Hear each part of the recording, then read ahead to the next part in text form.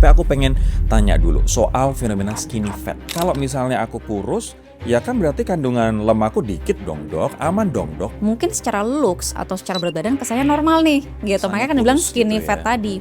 Dan menariknya ternyata karena komposisi yang nggak oke itu membuat orang-orang yang skinny fat mas itu punya resiko penyakit 2 kali lipat lebih besar dibanding orang obesitas. Banyak orang berpikir bahwa hanya mengenyangkan lambung aja itu udah cukup. Sebetulnya enggak, kita butuh mengenyangkan sel-sel tubuh kita gitu dengan asupan nutrisi yang proper, dan salah satunya adalah protein. Karena protein itu yang akan mengatur semua sistem tubuh kita mas. Even itu hormon apapun itu berperan dari sana. Sistem imun semuanya dari protein yang cukup. Kenalin, Dr. Putri Sakti, dokter spesialis gizi klinik dan Nutri-Genomic Advisor yang aktif ngajak masyarakat hidup lebih sehat lewat kampanye Slim Possible. Menurutnya, tubuh yang kurus belum tentu sehat. Bisa aja mengalami hidden hunger, kondisi saat tubuh kekurangan nutrisi tanpa disadari. Resiko penyakit juga bisa naik 2 kali lipat. Dampaknya nggak cuma ke fisik, tapi juga bikin mood gampang drop sampai susah fokus. Banyaknya orang kurus perutnya buncit.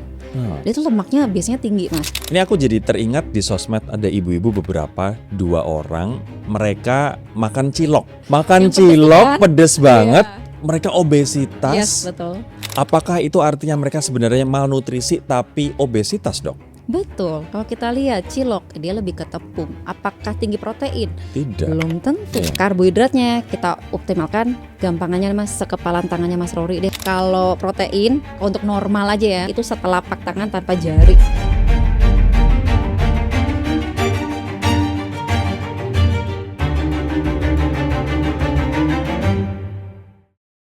Guys, banyak banget orang percaya bahwa kalau lo kurus, lo berarti udah pasti sehat.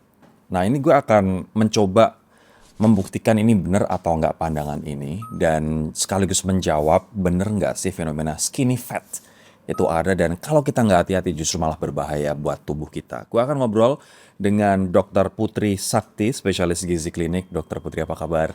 Alhamdulillah Ketemu baik. lagi. Ketemu lagi.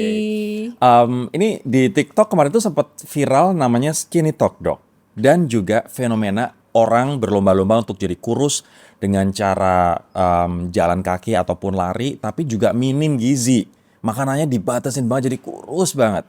Aku pengen tanya dulu, emang jaminan ya kalau kurus itu berarti sehat dok? Enggak dong. Jadi memang itu mitos yang sering beredar bahwa kurus itu artinya sehat. Padahal tanpa disadari, mereka ini punya resiko yang besar untuk mengalami hidden hunger.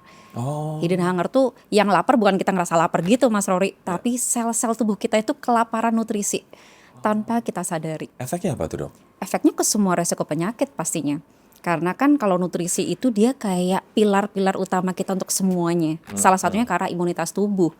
Jadi kalau misalkan asupan nutrisinya tidak terpenuhi dengan baik, ya otomatis resiko dia mudah sakit, mudah alergi, atau dia tidak bisa produktif dalam bekerja, kuliah, segala macam itu jadi terganggu. Atau mungkin kalau di anak-anak ya gangguan tumbuh kembang. Gitu. Oke, tapi ini juga ngefek ke imunitas nggak? Misalnya kalau sel-sel tubuh kita mengalami hidden hunger itu, Yes. lapar, nggak terpenuhi, kita gampang sakit nggak dok? Ya tentu aja. Kita akan lebih mudah rentan mengalami penyakit apapun itu, termasuk imunitas tubuh tadi. Misal nih, kok akhir-akhir ini jadi gampang sakit ya, gampang kena flu, dan kayaknya makin kesini flu rasanya kayak nggak sembuh dalam 2-3 hari. Mungkin itu sebetulnya menjadi alarm tubuh, nutrisinya kurang tepat gitu. Oh, berarti kekurangan makan atau kekurangan gizi itu juga ngefek ke imunitas juga ya. Dimana kita kalau sekarang lagi rame banget hantavirus, ada orang yang begitu kena langsung tepar gitu kan, ada yang Ya. orang yang ya udah dia santai-santai aja. Aku alhamdulillah termasuk tipikal orang yang nggak gampang terpapar flu dok. Alhamdulillah nih Alhamdulillah. gitu. Yes. Artinya itu ada efek juga dengan pola makan kita. Tentunya. Kalau kita lihat kan misalkan kayak suatu bangunan yang pernah aku bilang ya dulu Mas, bahwa nutrisi itu tuh seperti pondasi utamanya yang akan kita jaga gitu. Cuman kadang orang itu kan yang sering beredar, dia merasa bahwa kalau udah kenyang udah pasti terpenuhin lah. Jadi lambungnya yang terpenuhin tapi nutrisinya belum tentu proper. Makanya kalau untuk orang-orang yang dia rentan terhadap infeksi ya, sebetulnya itu menjadi alarm tubuh bahwa dia mengalami salah-salahnya itu kelaparan tersembunyi tadi, dari segi entah itu proteinnya, vitamin, mineral gitu. Ntar aku akan ngebahas lebih ke pilihan makanannya dan juga makronutrien yang diperlukan dok. Tapi aku pengen tanya dulu soal fenomena skinny fat. Apa sih sebenarnya skinny fat itu? Dan kalau misalnya aku kurus, ya kan berarti kandungan lemakku dikit dong dok. Aman dong dok buat aku dok. Belum tentu sebenarnya. Jadi istilah skinny fat itu bahasa lainnya adalah normal weight obesity. Jadi kalau kita lihat orang-orang ini itu komposisinya pakai alat komposisi tubuh ya, Ah, biasanya tuh lemaknya cenderung tinggi. Dan kadang itu ototnya jadi ikutan rendah gitu. Mungkin secara looks atau secara berat badan kesannya normal nih gitu. kesannya Makanya kan dibilang kurus gitu skinny fat ya. tadi. Dan menariknya ternyata karena komposisi yang nggak oke itu membuat orang-orang yang skinny fat mas itu punya resiko penyakit 2 kali lipat lebih besar dibanding orang obesitas. Penyakit apa dok? Penyakit apapun itu, misalkan orang obesitas itu kan lebih ke lemaknya tinggi ya. Tapi kan sebetulnya ototnya dia biasanya antara normal, tinggi, jarang lah yang rendah ya. Karena makanannya kan dia pasti banyak. Jadi resikonya lebih ke penyakit-penyakit misalkan diabetes, kolesterol gitu ya. Tapi kalau orang-orang yang skinny fat, dia juga punya kadang komposisinya itu ototnya rendah. Otot atau protein itu kan sumber untuk pembangun dan pengatur semua organ dan juga kesehatan kita secara umum. Jadi gejalanya bisa macam-macam. Gangguan hormon lah atau sesimpel kayak dok kenapa rambut aku gampang rontok. Dok kenapa aku akhir-akhir ini gampang banget flu misalkan gitu atau bahasan kekiniannya gampang jompo kali mas Gampang ya. jompo. Mereka cuma mikirnya kurang tidur kali segala macam. Sebenarnya mungkin itu indikasi ototnya kurang karena asupan protein yang tidak terpenuhi dengan baik. Jadi akhirnya artinya kalau orang cuman kardio misalnya dok, terus dia makannya juga hanya sayur-sayuran, which is sayur sebenarnya sehat oke, Iya. tapi dia nggak lengkapi dengan protein, dia nggak lengkapi dengan karbohidrat, itu justru malah berbahaya dok. Berbahaya gitu karena tubuh kita itu kayak puzzle ya. Nah, kalau aku gambarinnya jadi tetap harus ada kombinasi makro dan mikronutrien. Yes. Makronya itu nggak bisa berdiri sendiri dengan karbohidrat karena kalau karbohidrat misalkan sayur itu kan karbohidrat ya. Kalau kita cuma dapat karbohidrat aja tanpa protein yang cukup, padahal protein itu kan tadi sebagai zat pembangun dan pengatur semua sistem tubuh.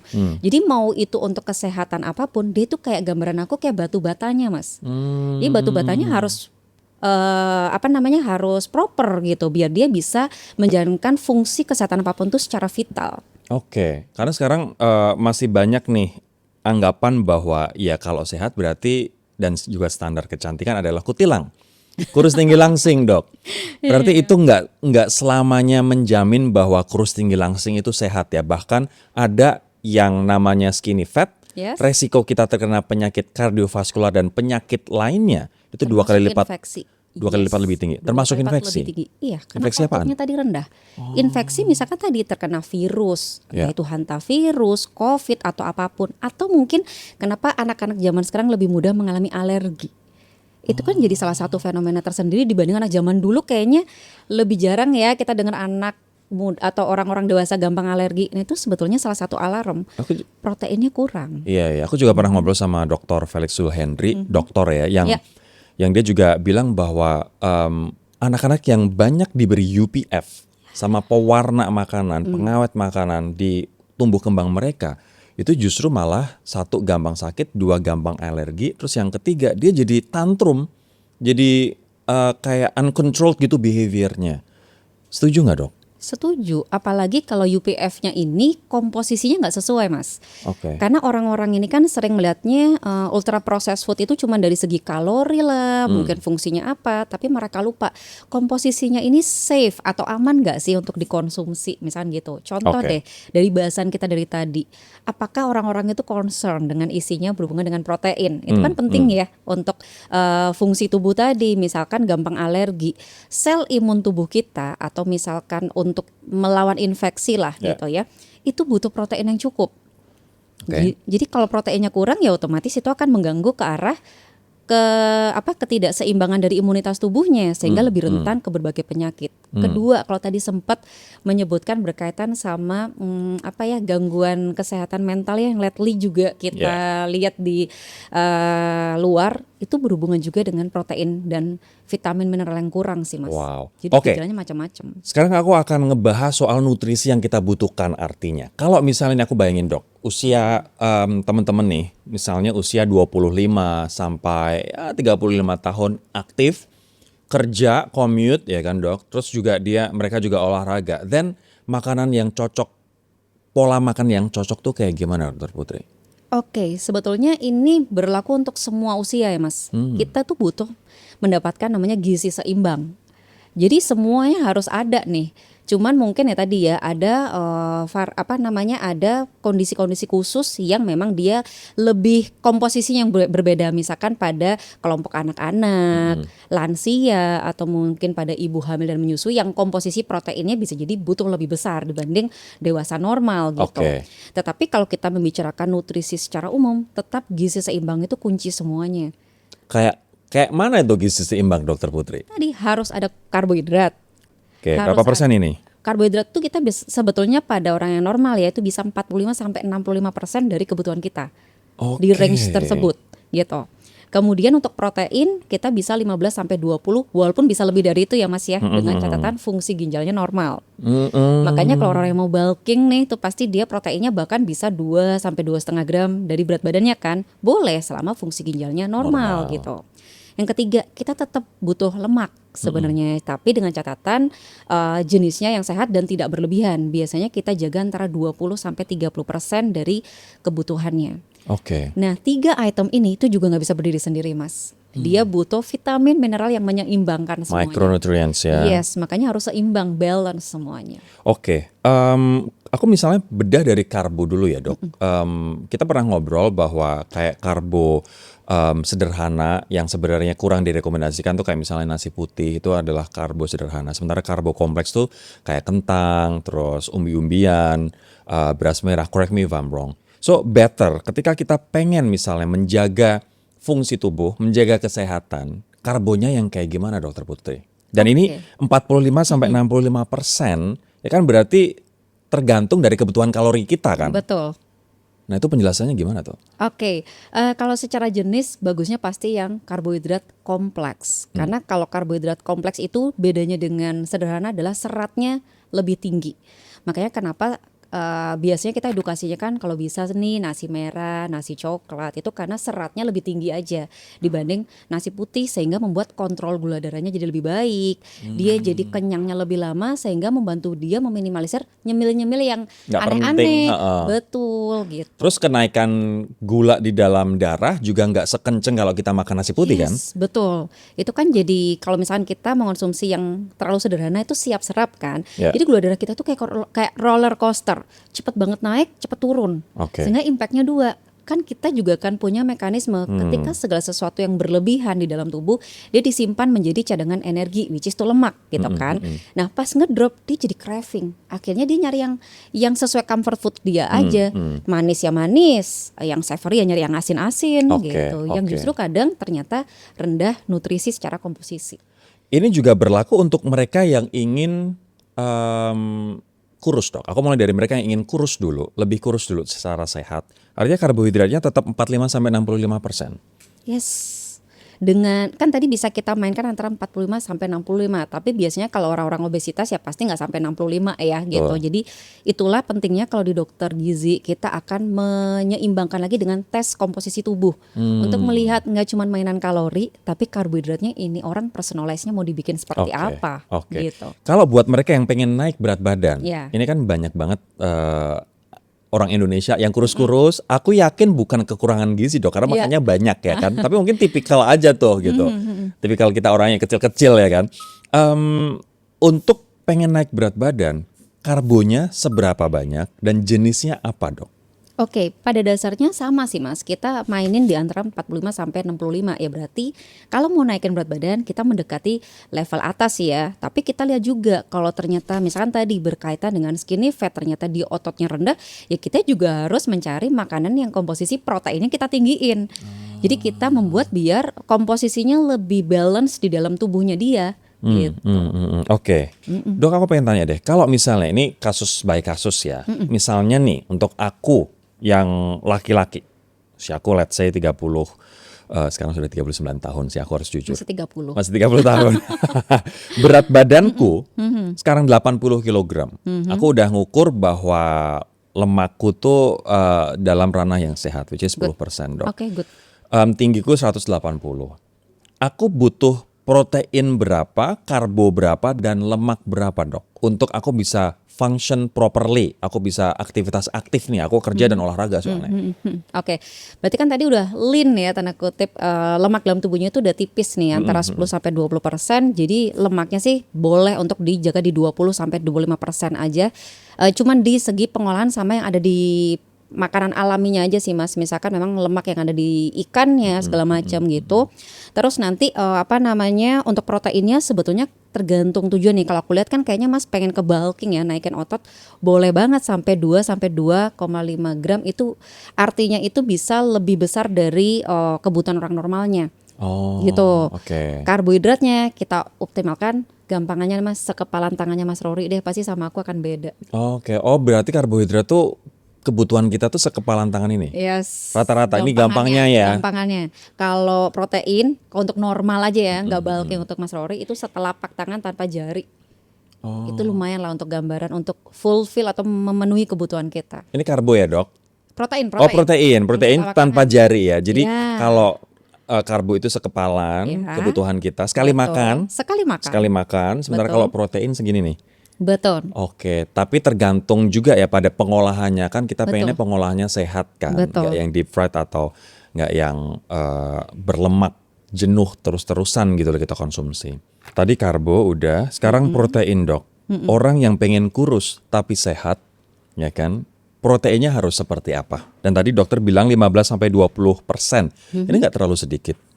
Itu untuk normalnya. Jadi sebetulnya kita bisa lebih dari itu ketika memang terbukti tadi ya, oh ternyata ototnya rendah, oh ternyata fungsi ginjalnya normal nih, sehingga kita bisa naikin bahkan sampai 2 gram per kilogram berat badan pun safe sebetulnya gitu ya. Tapi memang kita ajarkan untuk naiknya yang lebih sehat, sehingga tinggi protein tapi lebih lean atau rendah lemak, lebih ke gitu ya. Kecuali misalkan orang-orang yang kurang gizi tadi itu ternyata dia juga butuh naikin lemak, jadi kita atur juga lemaknya tapi yang lebih sehat, misalkan perbanyak ikan mungkin dibanding daging merah gitu. Dan yang sehat adalah yang sebenarnya minim digoreng dan juga minim misalnya bakar sampai gosong gitu ya dok. Betul. Steam bisa lah ya, panggang boleh lah ya dok ya. Sebetulnya nggak harus dua itu sih Mas. Nggak harus dua Sehat itu. itu nggak harus semenyiksa itu sih. Oke. Jadi kalau kita misalkan mau naikin berat badan atau nurunin berat badan, sebetulnya kita makanan itu harus se-enjoy mungkin untuk kita makan. Cuman ya tadi ya memang kita usahakan membatasi gorengan. Karena gorengan itu tidak hanya point of view-nya kalori, tapi kita melihat nutrisinya tuh banyak yang rusak, kan sayang ya. Oke. Gitu. Jadi misalkan nih mau balado silahkan, mau masak rendang juga silahkan. Tapi biasanya kita mengajarkan untuk pengolahannya dioprek aja sih, biar minyaknya tidak terlalu tinggi, tapi bumbunya yang kita tajemin. Jadi orang itu enjoy menjalankan dietnya, tapi lemaknya lebih terkontrol. Oke, karena ya tadi dokter bilang kalau misalnya digoreng mungkin in moderation atau sedikit aja nggak masalah, tapi kalau misalnya terlalu banyak ya rusak Pasti. nutrisinya ya. Yes, Belum lagi betul. kalorinya juga jadi makin tinggi ya dok. Betul. Oke, protein. Sementara kalau lemak dok, kamu bilang tadi 20-30%. Lemak seperti apa yang kita butuhkan? Dan kalau aku misalnya pengen nurunin atau aku pengen naikin berat badan secara lebih sehat, lemak apa yang kamu rekomendasikan? Oke, lemak yang tidak jenuh ganda dan tunggal. Misalkan kalau yang ganda misalkan bisa dari ikan, atau bisa juga kalau yang tunggal variasi juga dari kacang-kacangan, biji-bijian. Makanya tadi gizi seimbang itu maksudnya adalah protein itu kita harus kombinasi kedua jenis, protein hewani dan nabati sebetulnya. Karena dia tidak hanya berkaitan dengan jumlah protein yang akan diterima dalam tubuh, tapi vitamin mineralnya juga saling melengkapi Mas. Apa yang ada di protein hewani misalkan B12, kita combine dengan B9 yang ada di protein nabati. Jadi mereka kerjanya lebih oke. Karena salah satu resiko orang-orang yang kekurangan gizi itu biasanya dia resiko anemianya juga besar. Oh ya? Yes, nah itu kan butuh pembentukan sel darah merah atau hemoglobin yang juga cukup, yang membutuhkan B12, B9 yang cukup. Oke. Dok, kalau misalnya posisi aku sekarang lagi kurus nih gitu, teman-teman merasa kurus dan mungkin teman-teman juga merasa aku baik-baik aja kok, aku sehat-sehat aja kok. Sebenarnya definisi kurus tapi sehat itu yang kayak gimana? Oke, pertama kita pakai rekomendasi dulu ya Mas ya. Jadi kita bisa menghitung dengan indeks massa tubuh kita. Berat badan kita di dalam kilogram dibagi dalam tinggi badan dalam meter kuadrat nih.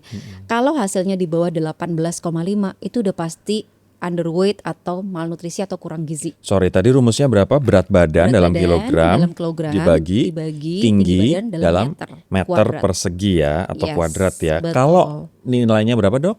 Kalau nilainya itu di bawah 18,5 dia sudah underweight Underweight. atau kurang gizi, betul. Oke. Idealnya berapa? Idealnya tuh antara 18,5 sampai 22,9.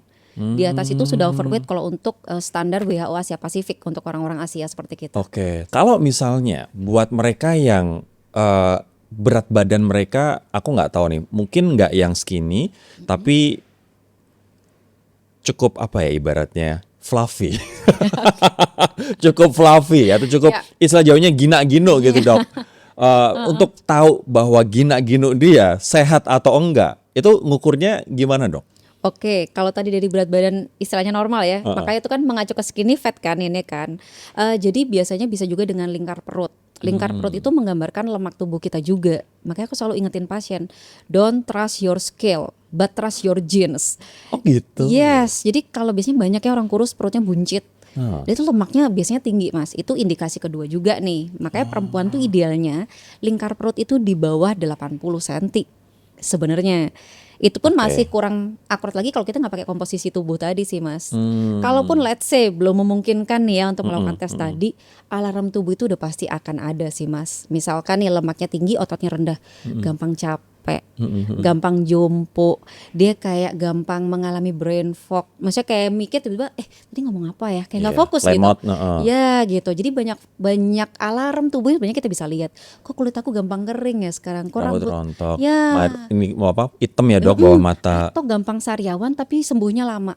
Itu juga alarm tubuh loh. Sorry, kalau alarm kurang. tubuh untuk apa? Tanda-tanda apa Dok? Kurang Kalau gizi. kita kurang gizi salah satunya protein. Protein itu sangat penting untuk penyembuhan luka apapun itu. Oke. Nanti kita akan bahas spesifik protein Ya. lebih dalam ya. Tadi lingkar perut untuk perempuan kurang dari 80 cm, ini yang ideal. Laki-laki di bawah Laki-laki 90. kurang dari 90 cm. Oke. Buat yang pengen naikin berat badan, protein tuh bisa Dok. Sangat krusial. Aku selama ini mikirnya kalau pengen naikin berat badan ya udah aku makan banyakin nasi, banyakin lemak, gorengan gitu misalnya, enggak ya, salah ya? No, makanya tadi aku bilang banyak orang berpikir bahwa hanya mengenyangkan lambung aja itu udah cukup. Sebetulnya enggak, kita butuh mengenyangkan sel-sel tubuh kita gitu dengan asupan nutrisi yang proper, dan salah satunya adalah protein. Karena protein itu yang akan mengatur semua sistem tubuh kita mas. Even itu hormon apapun itu berperan dari sana. Sistem imun semuanya dari protein yang cukup. Walaupun nggak bisa berdiri sendiri ya, tetap perlu vitamin mineral juga. Oke. Tadi dokter udah ngebahas macronutrients, protein, lemak, karbohidrat, tapi belum ngebahas micronutrients. Nah, gimana memastikan bahwa kita gizinya tercukupi Dok? Kita nggak gampang drop, kita nggak gampang lemes, ngantuk, lemot. Micronutrientsnya kayak apa aja? Oke, kombinasi kedua ya, vitamin dan mineral. Semua vitamin kita perlu. Vitamin A, B, C, D, E, vitamin K, semua kita perlu. Kemudian mineral, misalkan magnesium. Contoh tadi dibilang gampang insomnia misalkan. Bisa jadi indikasi dia kekurangan magnesium, misalkan kayak gitu. Atau misalkan dia gampang ngantuk, gampang capek, nggak fokus, bisa jadi alarm dia kekurangan zat besi gitu. Makanya tujuannya kita memberikan makanan yang bervariasi itu sebetulnya adalah untuk mendapatkan kombinasi vitamin mineral yang kompleks tadi. Karena nggak bisa berdiri sendiri mas kalau ngomongin vitamin aja. Misal nih zaman COVID kita dengar perbanyak deh vitamin D, vitamin C gitu ya biar bisa membooster atau meningkatkan imunitas tubuh. Tapi nggak sesimpel itu. Mereka butuh semuanya itu ada. Gitu. Oke, apakah kita harus minum suplemen kayak vitamin-vitamin gitu Dok buat memenuhi kebutuhan? Suplemen atau vitamin diperlukan ketika kita tidak bisa terpenuhi dari bahan makanan sumber. Atau misalkan memang ada kondisi khusus tadi ya, memang dia kurang gizi sehingga dari makan utama dia nggak bisa selalu langsung mengejar sesempurna mungkin, kita perlu ada tambahan. Atau misalkan orang-orang lagi hamil, menyusui, ya kalau dia nggak bisa memenuhi dari makanannya yang cukup untuk ibu dan anak, kita tambahkan suplementasi seperti itu. Tapi artinya ya itu berdasarkan kebutuhan atau kondisi tubuh tertentu aja ya. Cuman kalau dalam suasana normal kayak misalnya ya udah kehidupan sehari-hari, aku udah ngerasa bahwa proteinku cukup kok segini tanpa jari. Betul. Ya kan. Karboku juga cukup, aku makannya karbo kompleks, terus lemakku juga aku memastikan lemak sehat. Itu sebenarnya nggak perlu suplemen kayak vitamin tambahan dong? Plus jangan lupa ada sayur dan buah yang bisa mengoptimalkan lagi. Jadi kalau misalkan kita makan sayur dan buah, idealnya tuh variasi warna-warninya Mas. Jadi biar kita bisa dapat variasi warna, vitamin, mineral dan antioksidan yang saling melengkapi. Oke. Aku sekarang akan spesifik ngebahas soal kekurangan gizi, Dok. Oke. Gejala kekurangan gizi yang kelihatan ekstrim dari luar apa aja? Oke, pertama kalau dari segi fisik kelihatan kurus gitu ya. Tapi sebenarnya gini Mas, aku ingin samain persepsi dulu bahwa malnutrisi itu ada 2 jenis ya. Malnutrisi itu tidak hanya kurang gizi, tidak hanya berat badan kurang, tapi orang-orang yang berat badan berlebih pun itu juga kita sebut dengan malnutrisi. Bisa. Betul, memang mereka termasuk malnutrisi. Jadi malnutrisi itu bisa 3 hal. Berat badannya kurang, berat badannya lebih, atau yang kita bahas di awal tadi, hidden hunger.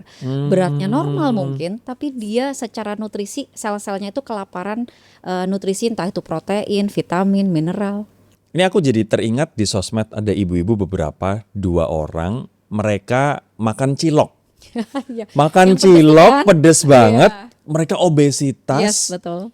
Komennya savage banget sih memang. Apakah itu artinya mereka sebenarnya malnutrisi tapi obesitas, Dok? Betul, kalau kita lihat cilok dia lebih ke tepung. Apakah tinggi protein? Tidak. Belum tentu. Iya. Apakah dia dicampur dengan daging yang proper kayak kalau kita bikin bakso sendiri? Kan enggak. Makanya tadi sebetulnya kurang gizi itu tidak hanya berat yang kurang ya, tapi berat yang berlebih pun kalau makanannya tidak terpenuhi dengan baik komposisinya, sekali lagi itu akan membuat dia tanpa disadari mengalami hidden hunger. Sel-sel tubuhnya itu kekurangan nutrisi. Oke. Gitu. Nah kalau misalnya tadi ada 3 tanda, berat badan kurus atau berat badan lebih, yakni obesitas tapi malnutrisi sama hidden hunger, artinya kalau kita bisa mendeteksi dari luar, Dok, bahwa aku ini kekurangan nutrisi, itu cara gampangnya gimana? Oke, selain bentukan tubuh berarti ya, biasanya ada gejala-gejala yang dialamin sih Mas. Orang itu kelihatan nggak fresh, itu kalau orang lain yang lihat, atau mungkin dia sendiri akan ngerasa tidak berkualitas hidupnya. Dia sehat, nggak sakit nih, nggak demam, nggak batuk, tapi kayak gampang capek, atau gampang dikit-dikit kayak aduh nggak fokus nih, kayak aku butuh sesuatu untuk naikin fokus aku, atau misalkan gampang mood swing, itu banyak banget juga loh. Itu gejala juga Mas. Contohnya kekurangan vitamin B9, B6, B12 dan omega 3 dan protein itu bisa ngefek ke arah kesehatan mental. Oke. Jadi dia jadi gampang mood swing. Mood swing juga gampang karena emosian, kekurangan gizi juga. Dok. overthinking. Aku pikir mood swing itu karena kekurangan duit doang, Dok. Nah, itu juga sih. Vitamin D ya. Vitamin duit ya kan. Tapi ternyata kekurangan gizi juga bisa bikin mood swing. Ya, sangat bisa. I see, oke. Itu dari sisi makanan. Nah sekarang dari sisi olahraga. Idealnya untuk menjaga fungsi tubuh dan kita tetap prime gitu, Dok. Olahraga buat cowok sama buat cewek, apa yang dokter rekomendasikan? Oke, pada dasarnya sebetulnya semua basicnya sama Mas. Dia harus kombinasi kedua jenis, kardio dan angkat beban.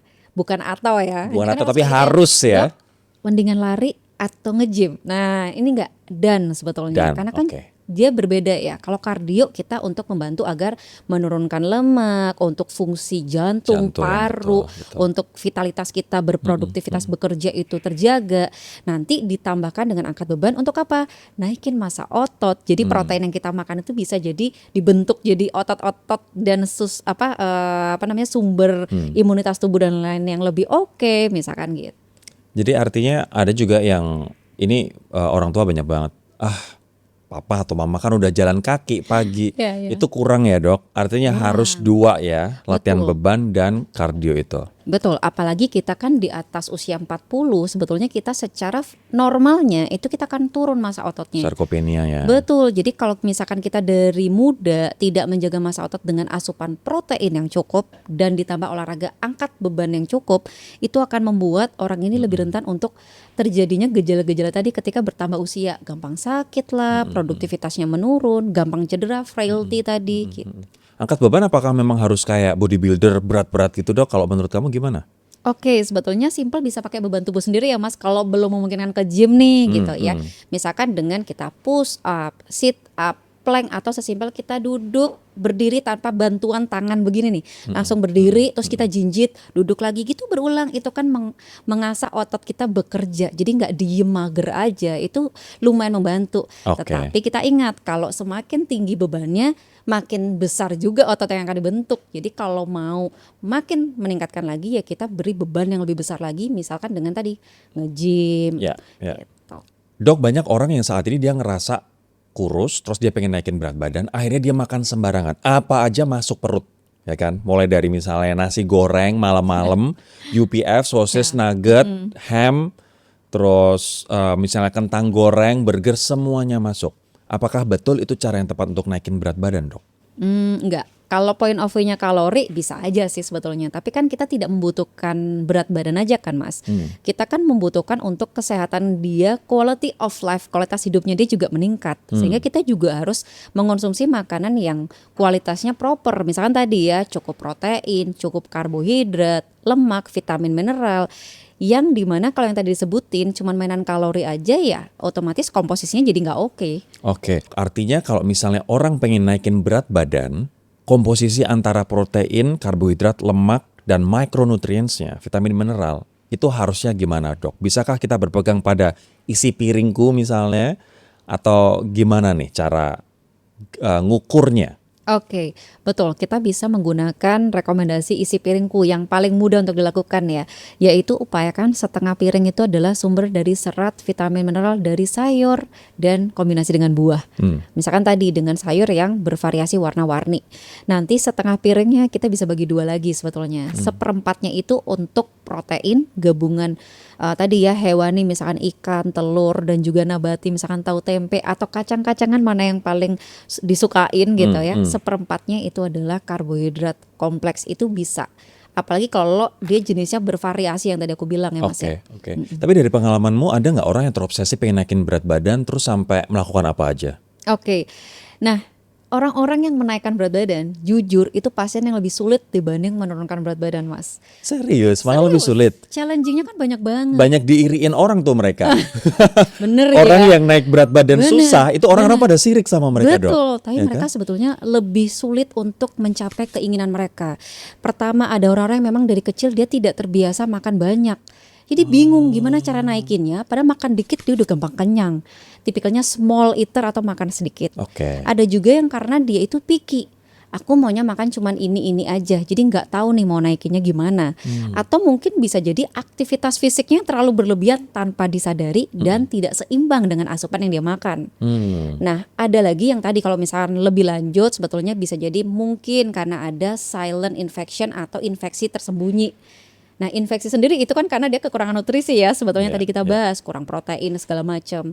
Atau ada lagi karena dia faktor hormonal. Tapi yang paling kita utamakan tuh biasanya lebih kita lihat pola makannya seperti apa, dan itu jujur lebih challenging dibanding menurunkan berat badan. Kesalahan apa yang sering mereka lakukan untuk menaikkan berat badan, Dok? Oke, biasanya dari segi jenis makanan. Yang tadi asal makan atau mereka mengabaikan sinyal tubuhnya. Itu sering yang terjadi di pasien aku. Dok, aku tuh makan cuma sekali sehari. Bahkan kadang walaupun lapar, kalau males ya aku gak makan aja. Dan aku kuat gitu. Yang tadi, dengan dia merasa dia gak sakit, dengan dia merasa dia bisa beraktivitas fisik, ya artinya mungkin tubuh aku sudah fulfill, udah terpenuhi dengan baik. Padahal belum tentu sebetulnya gitu. Ada juga yang justru malah mengkonsumsi gula berlebih nggak, Dok? Atau asal susu aja gitu? Banyak, dia misalkan tadi ya, demi untuk naik, ya udah dia mengonsumsi apapun deh Yang manis. betul, yang penting cepat naik berat badan, yang tinggi kalori, tinggi gula, tinggi lemak gitu. Tapi lupa menyeimbangkan proteinnya. Oke, jadi walaupun pengen naik berat badan, itu tetap berpegang pada isi piringku. Dan kita harus tetap berpegang pada ya udah karbohidrat, lemak, dan protein. Betul. Yang komposisinya seperti di isi piringku ya. Tapi dokter sendiri merekomendasikan nggak sih kayak misalnya suplemen atau makanan minuman tambahan yang tinggi kalori, tinggi protein buat orang bisa naikin berat badan? Oke, jadi biasanya Mas salah satu yang akan aku buat di meal plan untuk pasien itu adalah aku melihat bagaimana kendala yang ada di pasien dulu. Misalkan tadi memang dia nggak bisa makan banyak atau dia tidak terbiasa makan utama, jadi sukanya nyemil-nyemil aja.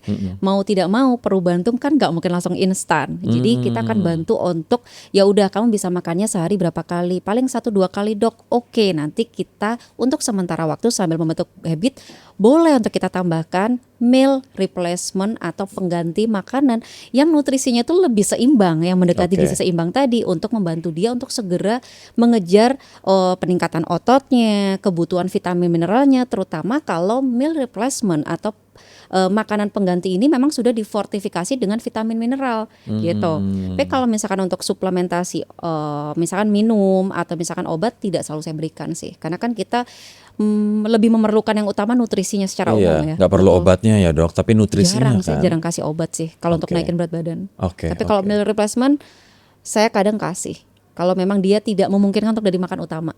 Kan beda ya, ada yang orang susah naik berat badan tapi dia ngerasa makan udah banyak banget. Nah itu beda cerita nih. Kalau itu kan belum tentu perlu meal replacement. Betul. Oke, dok, jadi di depan kita ini udah ada Querpo. Querpo ini adalah susu yang tinggi kalori dan juga protein yang memang diformulasikan untuk naikin berat badan secara sehat. Kan ini bentuknya juga lucu banget.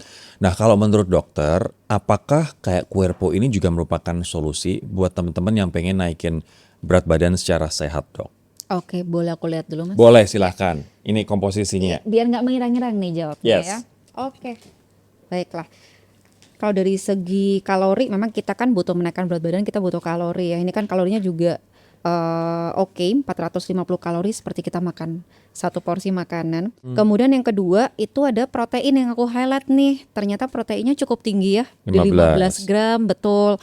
Jadi membantu sekali untuk meningkatkan massa otot orang-orang yang kurang gizi. Dok, tapi by the way, ini karbohidratnya tuh kenapa 72 gram ini tinggi banget gak sih? Oke. Kesannya tinggi, tapi kalau aku hitung ini 72 gram dibanding kalorinya itu sekitar 64%. Sebetulnya masih masuk di tadi ya yang kita bahas di awal antara 45 sampai 65% gitu, masih masuk ke dalam range tadi. Dan kalau kita lihat walaupun kesannya tinggi, tapi di sini gulanya kalau kita lihat cuma 1 gram. Nah ini yang mungkin juga harus kita bahas ya mas, karena orang itu mengira semua gula itu jahat. Di sini kalau kita lihat kan dari 20 gram gula itu 19 gramnya adalah laktosa.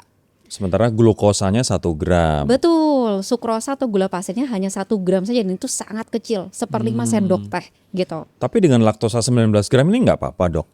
Kalau tidak ada intoleransi laktosa, tidak pernah ada pantangan untuk laktosa sebetulnya. Kecuali genetik kita berdua kan memang intoleransi laktosa kan. Nah ini jadi laktosa itu sebetulnya adalah gula alami yang ada di produk susu hewan. Oh gitu. Betul, karena ini meal replacement yang memang berbahan dasar susu tadi yang Mas Rory sampaikan, jadi memang mengandung laktosa. Artinya di sini tulisannya gula 20 gram, tapi glukosanya 1 gram, sementara laktosa which is itu natural ada di produk susu 19 gram. Artinya gulanya rendah. Kalau gula tambahannya sangat Gula tambahannya sangat rendah karena hanya 1 gram. I see. Nah, garam dok 140 miligram. Ini gimana nih untuk susu kalori tinggi protein seperti ini? Ini cukup rendah ya mas. Menariknya mie instan aku nggak sebut merek ya. Satu sajian tuh 1.300 atau 1.500. Serius? Serius. Satu bungkus? Satu bungkus. Makanya UPF itu yang sekarang ada namanya Nutri Level ya. Yang A, B, C, D yang Kemenkes keluarkan. Betul. Ya, itu salah satunya kan untuk meng-highlight kondisi tersebut. Ini kalau aku lihat cukup oke untuk 1 kali sajian. Kan ini kita anggap meal replacement, pengganti 1 kali makan utama pada orang-orang yang ingin menaikkan berat badan. Betul. Dengan 140 itu sangat kecil, kebutuhan kita itu kan sekitar 2.300 mg sodium. Jadi ini ya oke dong, dari 2.300 sangat kecil. Tapi ngomong soal mie instan, aku jadi keinget karena banyak banget sekarang di sosial media anak-anak muda yang ginjalnya rusak hanya gara-gara kebanyakan keseringan makan mie instan. Itu karena garamnya, natriumnya tinggi banget ya. Betul, natrium atau sodium. Natrium atau sodiumnya tinggi banget. Ya. Wow, oke. Dok, kalau misalnya kita ngebahas soal vitamin-vitamin ini, micronutrients-nya, ini lumayan banyak sih. Menurut dokter gimana? Oke, ini kan berarti sudah difortifikasi dengan vitamin mineral ya. Vitamin itu di sini ada vitamin A, B, kemudian C, K, kemudian ditambah lagi dengan ada mineralnya juga nih, magnesium, fosfor, ada kolin. Oke banget sih Mas. Ini Oke, udah harusnya cukup ini berarti ya, udah memenuhi ya dok. untuk membantu, betul. Berarti satu porsi sajian Cuerpo ini sama dengan satu kali makan buat mereka yang small eater atau pengen naikin berat badan ya? Betul, atau misalkan dia lagi program naikin berat badan, tapi bukan karena dia nggak mau makan, karena sibuk, mungkin ada yang gitu ya. Dia membutuhkan yang siap saji lah ya, mudah untuk segera dikonsumsi, tapi padat nutrisi. Nah, itu yang penting ya, tinggi kalori tapi juga padat nutrisi. Bisakah kita menambahkan makan biasa, minum ini segelas? Boleh aja kalau untuk menaikkan berat badan, Oke. gitu. Tapi kalau untuk yang menjaga berat badan kok agak Kalau untuk kita, agak berlebihan ya. Oke, Gitu. oke. Tapi kalau misalnya untuk aku nih dok, yang Ya. aku nggak sempet makan, aku nggak suka sarapan, tapi aku Ya. pengen memaintain berat badanku, artinya ini buat sarapan pun bisa untuk aku yang berat badan normal. boleh, karena pertama kan kita membicarakan kalori, selama kalorinya masih masuk ke dalam kebutuhan hariannya kita, tidak masalah. Kedua, proteinnya juga masih oke secara vitamin mineral gitu ya. Kemudian gulanya juga sangat minim, gitu. Oke, terus aku sekarang pengen ngomongin soal komposisi nih dok. Bubuk susu full cream, creamer minuman, tepung oat, bubuk susu skim, whey protein konsentrat, dan lain sebagainya. Apakah ini memang aman dan apakah ini memang yang dibutuhkan tubuh untuk menaikkan berat badan? Oke, baik. Jadi kan tadi kita butuhkan salah satunya protein. Jadi protein itu Mas, kan tubuh kita itu butuh dipecah dulu untuk kita bisa gunakan ya. Jadi dengan adanya whey protein yang siap serap langsung bisa kita gunakan, harusnya akan membantu memenuhi kebutuhan orang tersebut untuk meningkatkan massa otot atau protein dalam tubuhnya. Oke. Jadi oke, siap lagi kalau kita lihat kan di sini juga dikombinasi dengan fortifikasi tambahan vitamin mineral. Jadi kerjanya pun juga makin oke untuk tidak hanya berat badan tapi fungsi kesehatan, imunitas segala macamnya gitu. Tapi ada menarik sih, ini Cuerpo Ya. juga bilang bahwa dia ngasih jaminan naik berat badan setengah kilo sampai 1 kilo dalam 5 hari.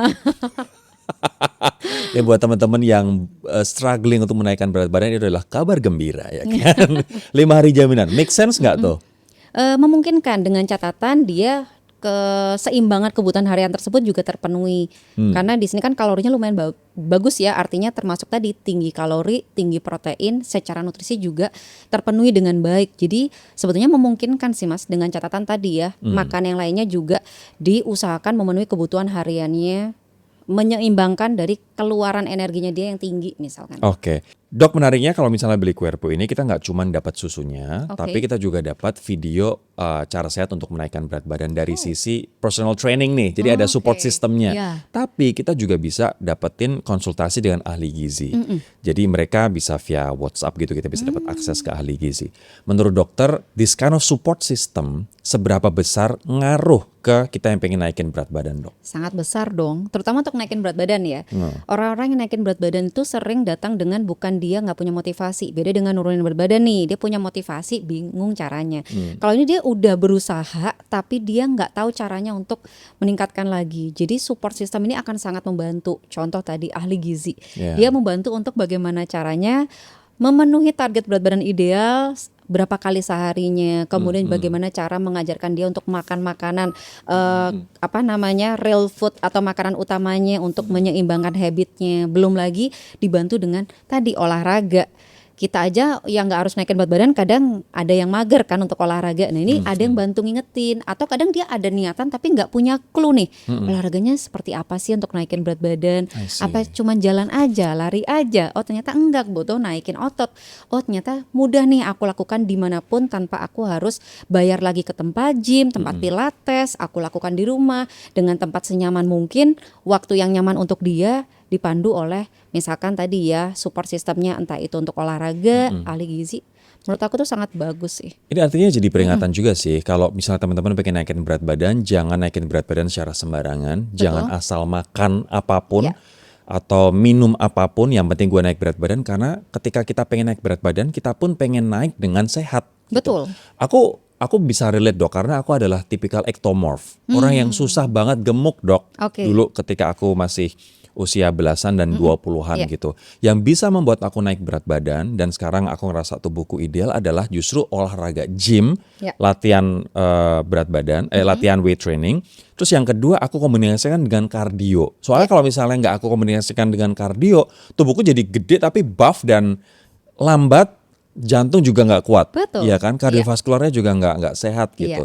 Plus makan tinggi protein, Iya. dan kalau aku karbonya aku minimize karena aku nggak butuh karbo yang banyak-banyak, seratnya aku banyakin. Nah, protein yang tinggi pun kayak misalnya telur rebus, Ya. terus ayam bakar atau ayam panggang, ikan juga aku konsumsi. Jadi aku sekarang ngerasa badanku ideal karena kombinasi ini. Betul. Dan naiknya dengan sehat gitu Betul. kan. Nah, sekarang ada kalau misalnya kita nggak doyan makan banyak, Querpo deh bisa Iya, bantu. kalau dia belum bisa kan biasanya kalau orang naikin berat badan dia belum terlalu terbiasa makan yang banyak kayak Mas Rory tadi kan, ya bisa jadi dibutuhkan tambahan meal replacement yang tinggi secara nutrisi kandungannya tadi juga. Dan Oke. kita jadi ingat nih Mas bahwa tadi ya nutrisi itu tidak bisa berdiri sendiri. Makanya yang terjadi di Mas Rory itu jadi gambaran bahwa orang yang kurang gizi itu kita bisa tingkatin. Batu batanya itu adalah nutrisi yang cukup, yaitu salah satunya tadi tinggi protein. Gitu. Oke. Nah, nge-gym, olahraga itu kalau aku bilang itu kayak kulinya, ngebantu untuk nge-build, ngebentuk gitu. Jadi dengan adanya kombinasi support system kedua hal ini, harusnya program tersebut untuk peningkatan berat badan dengan kualitas yang lebih oke, itu pasti akan lebih terjadi dibanding cuma berat badan aja. Iya, banyak perempuan juga yang komentar, nanti kalau misalnya aku gym aku akan gede dong kayak bodybuilder.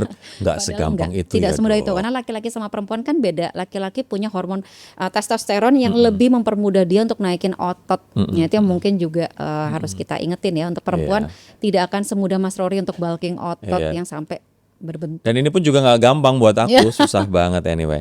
Tapi ini juga menarik sih dok, bahwa ada garansi uang kembali kalau kita nggak naik berat badan. Jadi ini ya motivasi tambahan Jadi ya. motivasi luar biasa loh, Tambahan vitamin ya D. kan? Duit. Nggak naik berat badan uang kembali, ya kan? Mantap. Oke, kita sudah ada di segmen rapid fire question. Aku akan tanya cepat, dokter jawab cepat ya dok ya. Oke.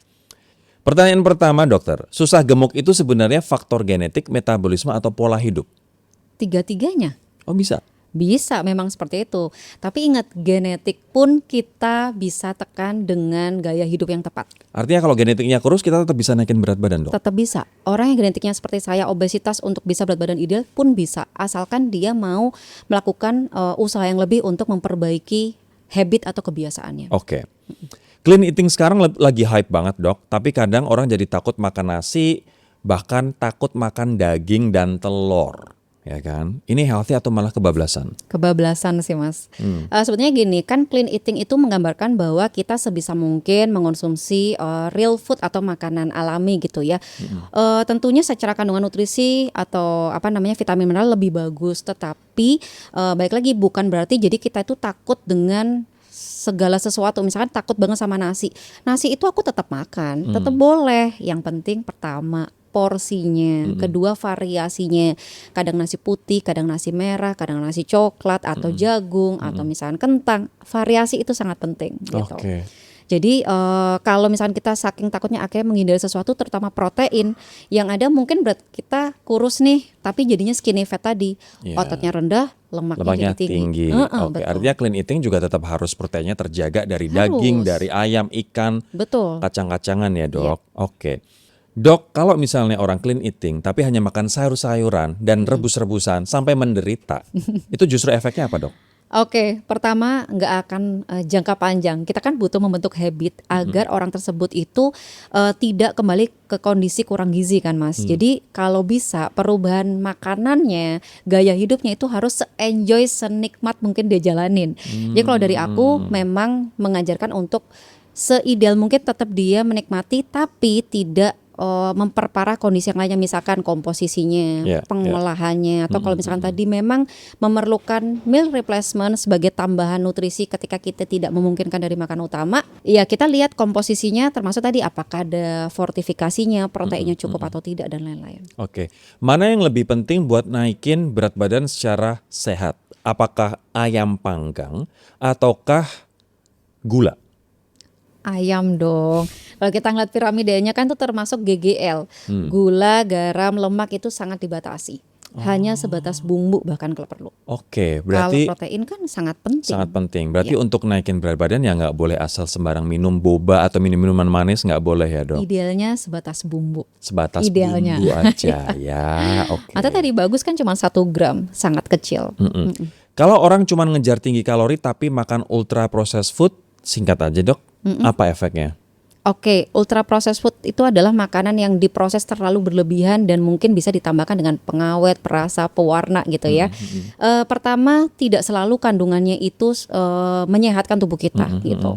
Kemudian yang kedua, segala sesuatu yang terlalu banyak kandungan kimiawinya itu akan memperberat fungsi tubuh kita.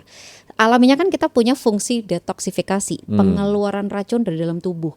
Sehingga kalau semakin banyak yang masuk ke dalam tubuh, otomatis itu akan membuat kerjanya semakin berlebihan dan akhirnya membuat resiko penyakit apapun jadi lebih besar. Oke. Selanjutnya kalau aku sih berharap orang tersebut ini membentuk kebiasaan sehingga dia tidak ketergantungan ke UPF. Misalkan tadi ya makan yang penting kenyang pakai misalkan kornet, pakai sosis gitu. Tapi bagaimana dia memvariasikan dengan makanan yang lebih berkualitas. Ya, ya. Artinya real food adalah kunci. Kalau bisa UPF kita hindari ya dok ya.